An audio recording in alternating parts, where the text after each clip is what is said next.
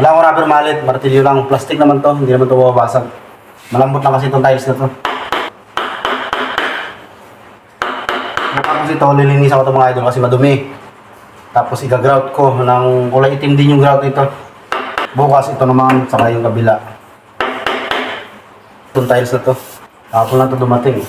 2 linggo itong hinintay. Siyempre habang hinihintay ko to, gumawa muna tayo ng iba. Marami nagtataka kayo mga idol kung ano-ano na yung pinagagawa ko dito. Multi-skill ko tayo mga idol. Pero specialty natin electrical. Eh, hindi naman palagi electrical yung pag mga ganitong minor renovation, hindi naman palaging may electrical. Yung mga nakaraang video dito, yung makita ko sa Kisame, kung ano-anong mga electrical, palit ako ng outlet. Yun, ay natapos na. Hindi naman pwedeng matapos din tayo. Gagawa tayo ng kaya nating gawin. Para hindi tayo mabakante.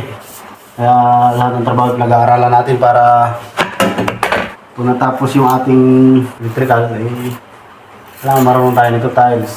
Marunong tayo magmason. At hindi tayo masyadong magaling basta marunong. Isa rin pintor. Ay, pintoy pala, pintoy.